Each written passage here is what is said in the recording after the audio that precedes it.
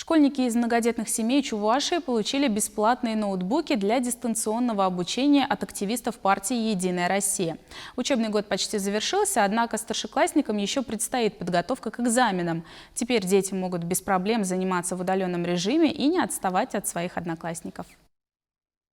Кристина Рафанова учится в 9 классе. Девушка признается, без хорошо работающей техники дистанционное обучение дается трудно. Старенький персональный компьютер уже давно начал барахлить, и для эффективных занятий требовался новый. Поэтому подарок пришелся как нельзя кстати. Я вообще, если честно, даже не представляла, что такое может произойти. Для меня это было огромной неожиданностью, и я очень рада, что все так получилось. Региональный волонтерский центр присоединился к масштабной акции «Помоги учиться дома». Ее инициаторы – партия «Единая Россия», Министерство просвещения страны и Агентство стратегических инициатив.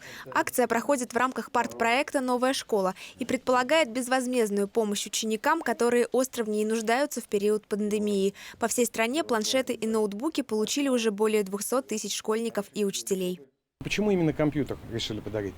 Потому что современный век – это век компьютерных технологий. И человек, не имеющий компьютера, испытывает определенные трудности. Потому что все большая сфера услуг уходит в онлайн. Но так как не каждая семья способна или имеет возможность обеспечить, особенно многодетные семьи и семьи, оказавшиеся в трудной жизненной ситуации, обеспечить своему ребенку достойный гаджет. И наша задача – помочь. Основная задача акции «Помоги учиться дома» – обеспечить гаджетами нуждающихся старшеклассников. Но Владимир Радин решил вручить ноутбук первокласснице Веронике. Чтобы отобрать, кому оказать помощь, мы обратились в наши школы, 22-ю и 47-ю, у нас на округе 2 школы, попросили дать по одной кандидатуре, кому оказать эту помощь.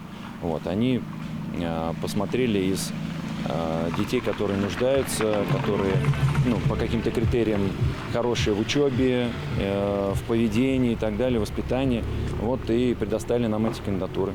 К акции «Помоги учиться дома» подключились уже десятки регионов. Активисты волонтерского центра призывают всех неравнодушных членов и сторонников партии принять в ней участие. Татьяна Самсонова, Семен Антонов, Вести Чебоксары.